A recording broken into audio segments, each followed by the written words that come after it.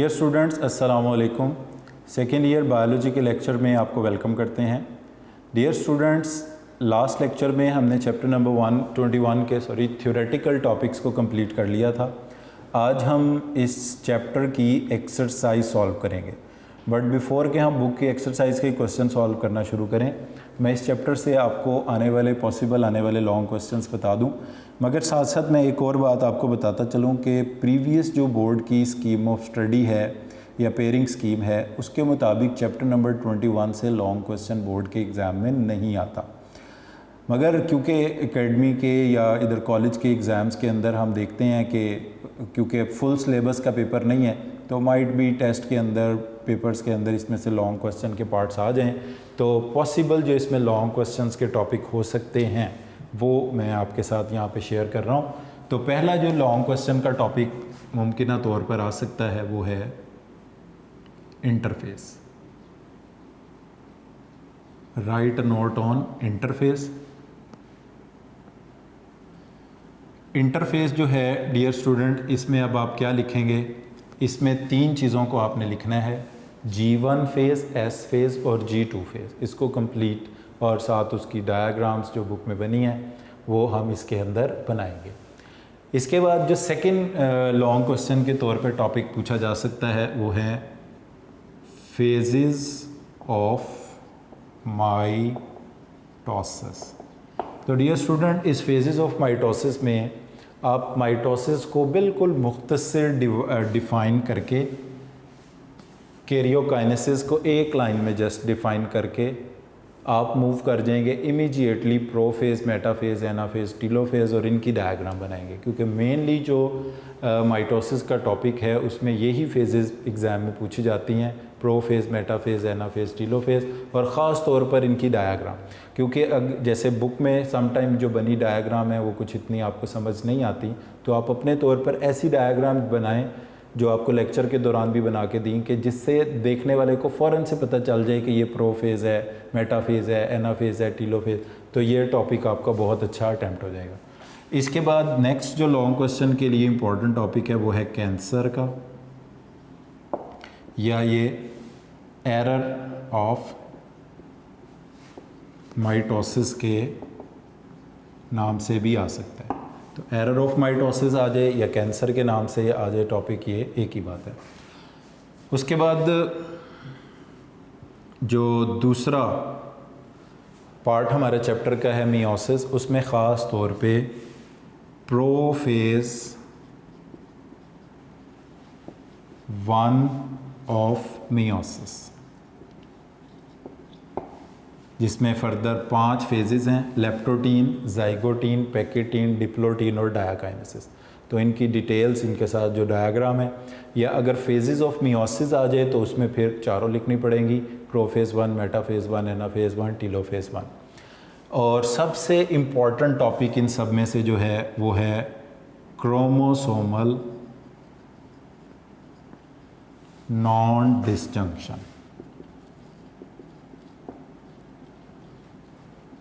जिसको हम error of meiosis भी कहते हैं। तो ये topic in my point of view are very important for long question.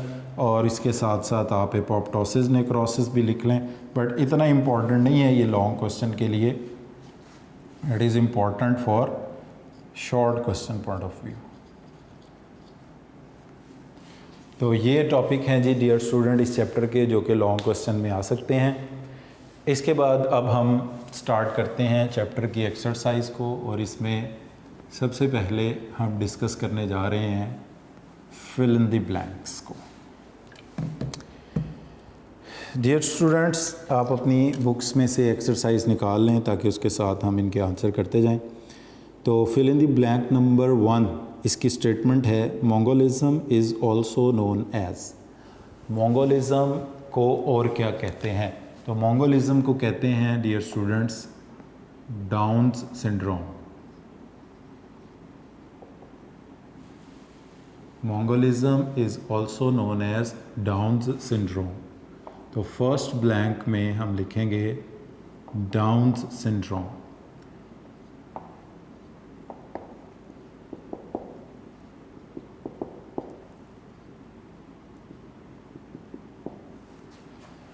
Down syndrome. उसके बाद ये student second fill in the blank है, during dash homologous chromosome get close to each other. During meiosis भी कह सकते हैं इसमें, homologous chromosome get close to each other, homologous chromosome एक दूसरे के साथ पेयरिंग बनाते हैं। तो इसमें ये भी हम लिख सकते हैं, कई चीज़ें इसमें आ सकती हैं। ड्यूरिंग साइनेप्सिस,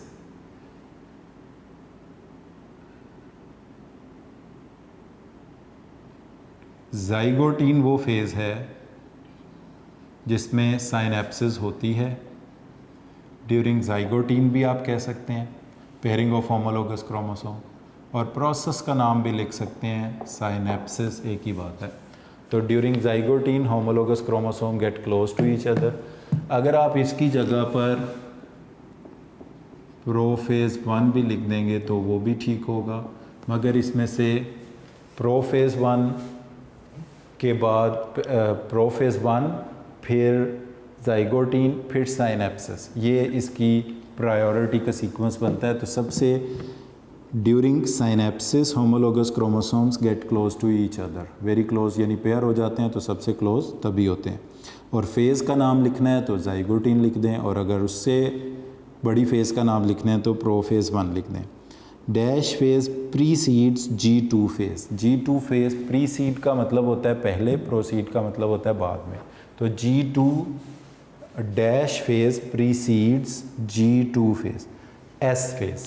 तो प्रीसीड G2 फेज़ से क्या होती है, S फेज़, क्योंकि G1 फिर S फिर G2। तो प्रीसीड इससे पहले कौन सी है, G2 से S फेज़। पोलर माइक्रोट्यूब्यूल्स, जिनको नॉन काइनेटोकोर भी कहते हैं, डैश ड्यूरिंग एनाफेज, तो ये इलोंगेट होते हैं। पोलर माइक्रोट्यूब्यूल्स जो होते हैं ये इलोंगेट होते हैं, जबकि काइनेटोकोर जो होते हैं वो कॉन्ट्रैक्ट करते हैं ड्यूरिंग एनाफेज। इसके बाद है fifth, mitotic apparatus is formed during dash of cell division. तो ये सेल डिवीजन की प्रोफेज में, ये जनरली अगर बात करते हैं तो माइटोसिस की बात करते हैं, तो माइटोटिक ऑपरेटस जो है वो बनता है प्रोफेज में। उसके बाद क्रोमोसोम नंबर 44+1 यानी 45 डिनोट्स टर्नर्स सिंड्रोम। जो मोनोसोमी की बुक में एक ही एग्जांपल दी हुई है और वो है टर्नर्स सिंड्रोम।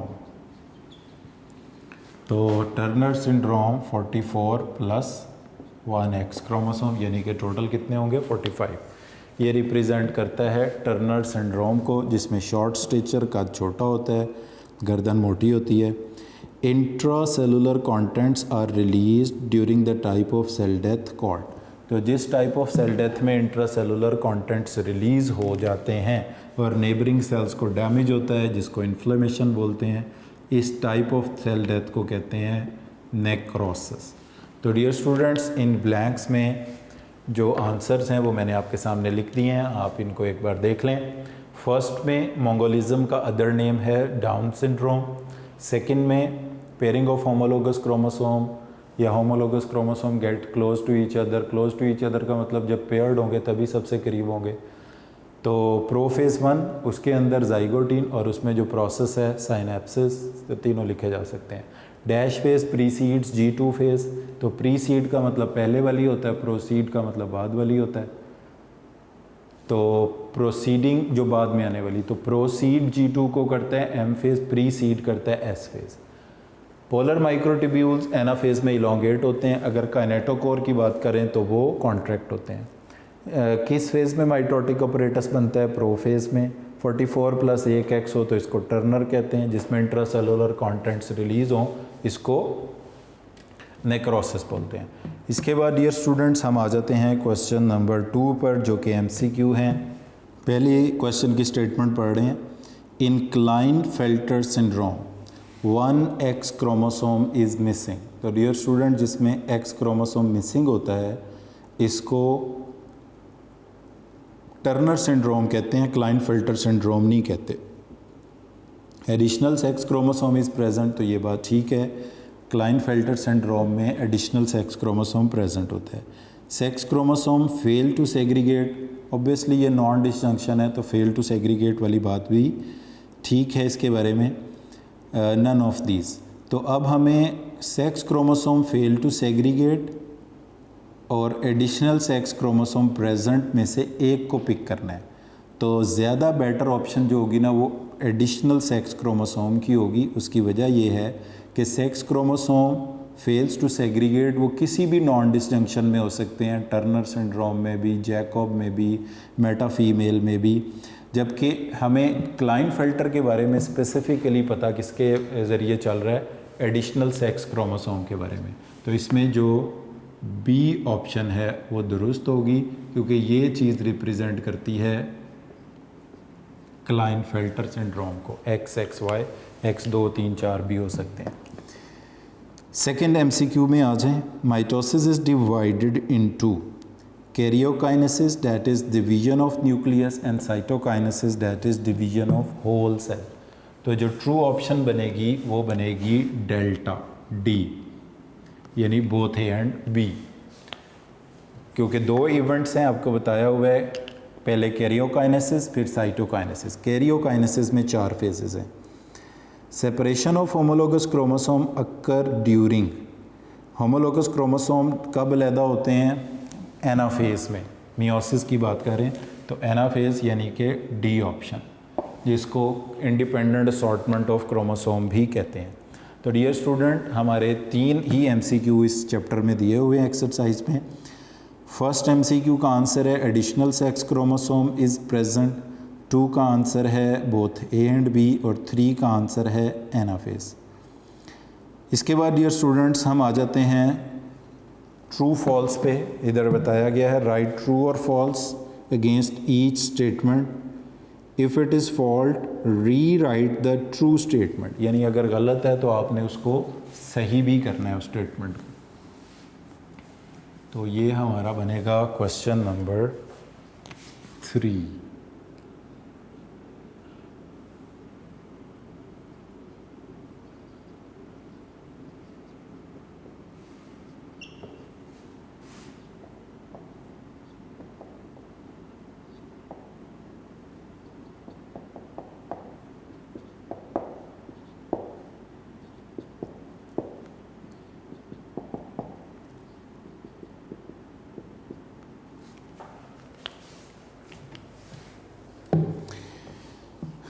ट्रू फॉल्स में देखें जी, meiosis occurs in haploid cell only. तो डियर स्टूडेंट, ये स्टेटमेंट जो है फॉल्स है।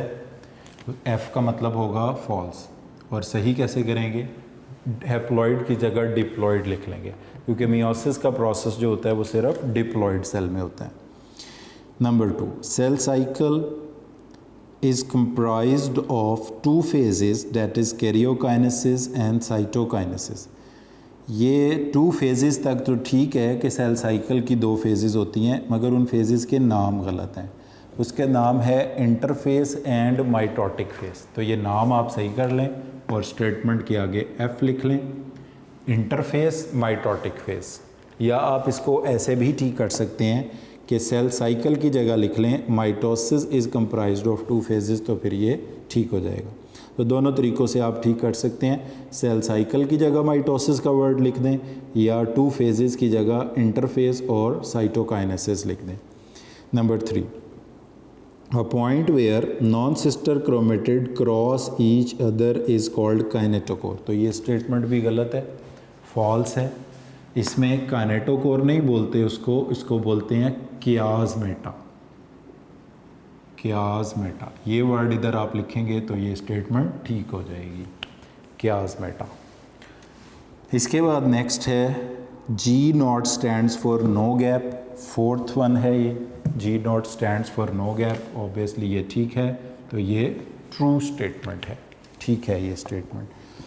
Full life cycle of yeast cell requires 90 seconds to be completed. तो ये भी फॉल्स स्टेटमेंट है। 90 सेकेंड्स नहीं होंगे, 90 मिनट्स होंगे। 90 सेकेंड्स की जगह पर आप लिख लें 90 मिनट्स।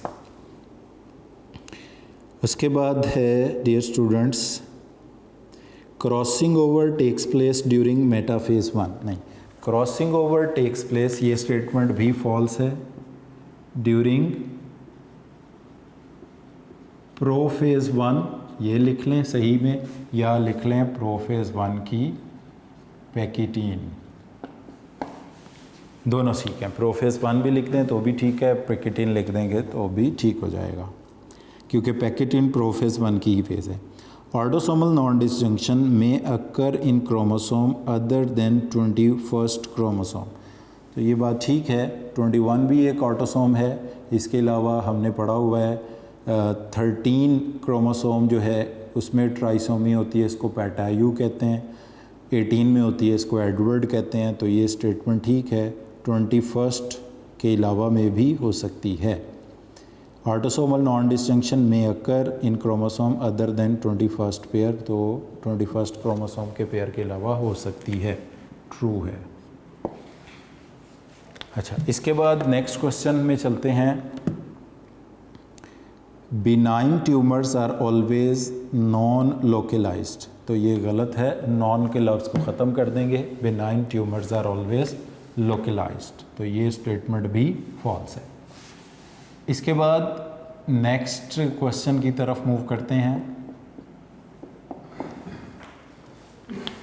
ट्रू फॉल्स में से genetic information remain 9th number पर हैं। Cancer is caused mainly by mutation in germ cells, ये जर्म सेल्स का वर्ड नहीं आएगा, फॉल्स स्टेटमेंट है। जर्म सेल्स की जगह पे लिखेंगे सोमेटिक सेल्स।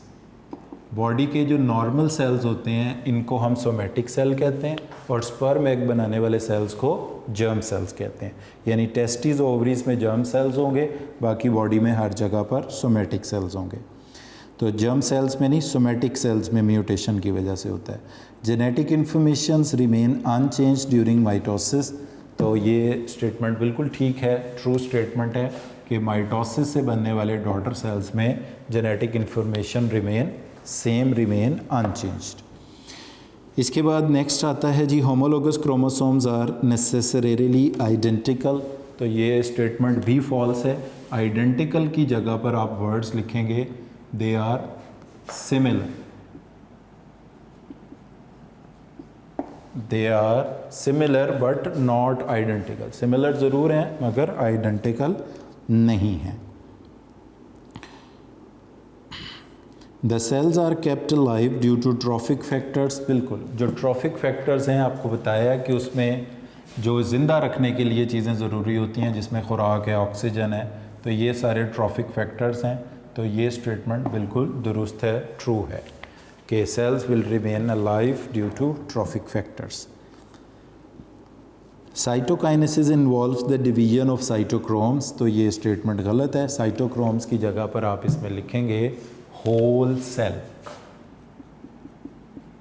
साइटोक्रोम फॉल्स, और आंसर ठीक कैसे होगा, होल सेल। साइटोक्रोम की जगह पर इसमें लिखा जाएगा होल सेल। इसके बाद नेक्स्ट जो क्वेश्चन है हमारे पास ट्रू फॉल्स में से, वो है phragmoplast is a type of fragmentation. Fragmentation तो सेल के फ्रेगमेंट्स में टूटकर डॉटर सेल बनाने को बोलते हैं, जो कि प्रोसेस आम तौर पर लो प्रोफाइल के ऑर्गेनिज्म में होता है। तो is a type of cytokinesis, ये स्टेटमेंट फॉल्स होगी। सही कैसे होगी, is a type of cytokinesis in plant cell, तो ये प्लांट सेल में होने वाली साइटोकाइनेसिस का नाम है। तो डियर स्टूडेंट, ट्रू फॉल्स में एक बार दोबारा देख लें आंसर्स को। पहली स्टेटमेंट जो है वो फॉल्स है, इसमें आप हैप्लॉइड की जगह पर जो वर्ड चेंज करेंगे वो होगा डिप्लॉइड। दूसरी स्टेटमेंट जो है ये भी फॉल्स है, इसमें सेल साइकिल की जगह पर आप वर्ड लिख देंगे माइटोसिस का, तो ये स्टेटमेंट ठीक हो जाएगी। तो फर्स्ट नंबर 1 फॉल्स है, 2 भी फॉल्स है, माइटोसिस लिखेंगे सेल साइकिल की जगह। 3 में भी फॉल्स है, क्याज़मेटा लिखेंगे काइनेटोकोर की जगह। 4th ट्रू है। 5th में 90 सेकेंड्स की जगह 90 मिनट लिखेंगे, फॉल्स स्टेटमेंट है। 6th में प्रोफेज 1 या पैकेटिन लिखेंगे। उसके बाद नेक्स्ट जो 7th स्टेटमेंट है वो ट्रू है। 8th वाला जो है वो क्वेश्चन जो है फॉल्स स्टेटमेंट है। इसमें नॉन के वर्ड को कट कर देंगे, इज़ ऑलवेज नॉन लोकलाइज की जगह लिख देंगे लोकलाइज्ड, तो ये भी ठीक हो जाएगा। उसके बाद 9th फॉल्स स्टेटमेंट है, जर्म सेल की जगह सोमेटिक सेल लिखेंगे। 10th ट्रू है। 11th फॉल्स है, आइडेंटिकल की जगह सिमिलर लिखेंगे। 12th ट्रू स्टेटमेंट है। 13 में फॉल्स की जगह फॉल्स है और इसमें साइटोक्रोम की जगह पर होल सेल लिखेंगे। 14th भी फॉल्स स्टेटमेंट है, इसमें फ्रेगमेंटेशन की जगह पे वर्ड साइटोकाइनेसिस लिखेंगे, तो ये ठीक हो जाएगा। इसके बाद डियर स्टूडेंट क्वेश्चन नंबर 4 की तरफ मूव करते हैं, जो कि शॉर्ट क्वेश्चंस हैं। चैप्टर नंबर 21 से दिए गए शॉर्ट क्वेश्चंस हैं क्वेश्चन नंबर 4 में। तो डियर स्टूडेंट पहला सवाल पढ़ते हैं इसमें, डिफरेंशिएट बिटवीन नेक्रोसिस एपोप्टोसिस। तो एक्सीडेंशियल सेल डेथ को कहा जाता है नेक्रोसिस। नेक्रोसिस में प्लाज्मा मेम्ब्रेन डैमेज हो जाती है। नेक्रोसिस में इंट्रासेलुलर कंटेंट्स जो हैं वो आउटसाइड द सेल रिलीज़ होते हैं। इंट्रासेलुलर कंटेंट्स के आउटसाइड द सेल रिलीज़ होने से नेबरिंग सेल्स को डैमेज होता है और उस डैमेज को इन्फ्लेमेशन कहते हैं। एपोप्टोसिस पैथोलॉजिकल फिजियोलॉजिकल भी हो सकता है, दोनों में से कोई एक प्रोग्राम्ड सेल डेथ होती है और इसमें प्लाज्मा मेम्ब्रेन डिसइंटीग्रेट नहीं होती बल्कि सेल श्रिंक करता है। इसमें इंट्रासेलुलर कंटेंट्स बाहर रिलीज़ नहीं होते, इसमें नेबरिंग सेल्स को डैमेज नहीं होता और इन्फ्लेमेशन नहीं होती। What are the functions of mitotic apparatus. तो माइटोटिक अपरेटस में क्या चीज़ें शामिल हैं? माइटोटिक अपरेटस में एस्टर्स शामिल हैं जो प्लाज्मा मेम्ब्रेन के साथ फिक्स करके बाइपोलैरिटी फिक्स हो जाते हैं और बाइपोलैरिटी को मेंटेन करते हैं। फिर इसमें पोलर माइक्रोट्यूब्यूल्स हैं जो कि एनाफेज के दौरान इलोंगेट होते हैं और इंटरडिजिटेट करते हैं। इसमें काइनेटोकोर माइक्रोट्यूब्यूल्स हैं जो सेंट्रोमियर पर क्रोमोसोम्स के अटैच होकर क्रोमोसोम की मूवमेंट का बाइस बनते हैं, और इसमें ये स्पिंडल फाइबर्स हो गए और इसमें सेंट्रियोल्स का पेयर शामिल है जिनसे ये चीज़ें बनती हैं। तो ये चीज़ें माइटोटिक प्लाज्मा मेम्ब्रेन के साथ अटैच होकर बाइपोलैरिटी को मेंटेन करते हैं। पोलर माइक्रोट्यूब्यूल्स इंटरडिजिटेट होते हैं और एनाफेज में इलोंगेट होते हैं। काइनेटोकोर सेंट्रोमियर पे कनेक्ट होते हैं और क्रोमेटिड्स को अलहदा करके क्रोमोसोम बनाने का बाइस बनते हैं माइटोसिस में। सेंट्रियोल से ये सारी चीज़ें पैदा होती हैं। ये माइटोटिक ऑपरेटस है और उनके फंक्शन हैं। How can you identify cancer cell? एक तो ये पुअरली डिफ्रेंशिएटेड होता है, मैनी माइटोटिक डिवीजन्स शो करता है, high nuclear to cytoplasm ratio होती है इसके अंदर, प्रोमिनेंट न्यूक्लियोलाई होते हैं। तो ये फीचर्स नज़र आते हैं कैंसर वाले सेल में। Importance and significance of meiosis में दो ही पॉइंट्स हैं कि मियोसिस से बनने वाले daughter cell genetically parent cell से मुख्तलिफ होते हैं क्योंकि मियोसिस के दौरान क्रॉसिंग ओवर होती है और इंडिपेंडेंट असॉर्टमेंट ऑफ क्रोमोसोम्स होती है। उसके बाद है chromosome non disjunction during anaphase. If chromosome fail to segregate this is called chromosomal non disjunction, या unequal segregation separation of chromosome को नॉन डिस्जंक्शन कहते हैं। एग्जांपल में आप Klinefelter syndrome, Down syndrome, Turner syndrome में से कोई भी लिख सकते हैं। सिम्टम्स ऑफ टर्नर सिंड्रोम, इसमें शॉर्ट स्टिचर्ड है, वेब्ड नेक है, complete absence of germ cells और ओवरीज हैं, एक्स एक क्रोमोसोम इसमें कम होता है। Cell cycle highlight the importance and significance. तो from the time a cell is produce, इसके अंदर जितने भी चेंजेस आते हैं which include the changes of growth, changes of cell division, DNA replication, cell division, ये सारे शामिल हैं। इसको कलेक्टिवली सेल साइकिल बोलते हैं। सेल साइकिल की सिग्निफिकेंस ये है कि it is divided into different phases. Her phase के एंड पर कुछ चेक पॉइंट्स होते हैं जो डिटरमिन करते हैं कि प्रीवियस फेज़ में आने वाले चेंजेस कंप्लीट हो गए हैं तो सेल को नेक्स्ट फेज़ में एंटर करते हैं। अगर नहीं वो कंप्लीट हुए होते चेंजेस तो सेल साइकिल उधर ही स्टॉप रहता है जब तक वो चेंजेस कंप्लीट नहीं हो जाते। तो सिग्निफिकेंस इसकी ये है कि सेल साइकिल के नतीजे में ग्रोथ होती है, डेवलपमेंट होती है, सेल्स की रिप्लेसमेंट होती है, हीलिंग ऑफ वुंड्स होती है, नए सेल बनते हैं, तो ये सारे प्रोसेस चलते हैं। व्हाट आर द सिम्टम्स, ये हो गया। 8 है इन इंटरफेज रेस्टिंग फेज इज़ नहीं, रेस्टिंग फेज़ नहीं है ये, क्योंकि इसके अंदर बहुत ज़्यादा मेटाबॉलिक एक्टिविटी होती है। हाँ, इसको रेस्टिंग फेज़ लोग क्यों कहते थे, क्योंकि वो समझते थे इसमें कोई चेंज नहीं आता। चेंज इसमें सिर्फ सेल डिवाइड नहीं करता, बाकी मेटाबॉलिक एक्टिविटीज़ इसके दौरान हो रही होती हैं। इन what respect does mitosis in plants differ from the animal. तो उसमें एक तो ये है कि प्लांट के सेल की शेप चेंज नहीं होती, क्योंकि उसके बाहर सेल वॉल होती है। एनिमल सेल की शेप चेंज होती रहती है। एनिमल सेल में सेंट्रियोल्स होते हैं, प्लांट के सेल्स में नहीं होते। एनिमल सेल्स में क्लीवेज के ज़रिए साइटोकाइनेसिस होती है, प्लांट में फ्रेगमोप्लास्ट बना के होती है। तो मेन डिफरेंसेस ये हो गए। एक्सटेंसिव क्वेश्चन है इसमें, ये देखें जी, बताया गया how does cytokinesis occur in animal cell. तो वो क्लीवेज और प्लांट फ्रेगमोप्लास्ट वाला प्लांट का जिक्र कर देंगे। Why and how the chromosome get separated during anaphase of mitosis, ताकि इक्वल जेनेटिक इन्फॉर्मेशन नए सेल्स तक पास होती रहे। What is the role of centriole, इससे माइटोटिक ऑपरेटस बनता है, ये रोल है इसका जी। इन व्हाट रिस्पेक्ट सेल्स के death can be regarded beneficial, तो वो उसमें अपोप्टोसिस का जिक्र करेंगे हम। कंपेयर माइटोसिस विद मियोसिस, तो इसमें माइटोसिस की डेफिनेशन मियोसिस की डेफिनेशन कर देंगे। ये जो एक्सटेंसिव क्वेश्चन के नाम से लिखे हुए हैं, लगते तो ये शॉर्ट क्वेश्चन की तरह की हैं। ये टॉपिक ज़्यादा हैं, defined disjunction and discuss it effect. तो ये नॉन डिसजंक्शन होना चाहिए अगर लॉन्ग क्वेश्चन में है तो।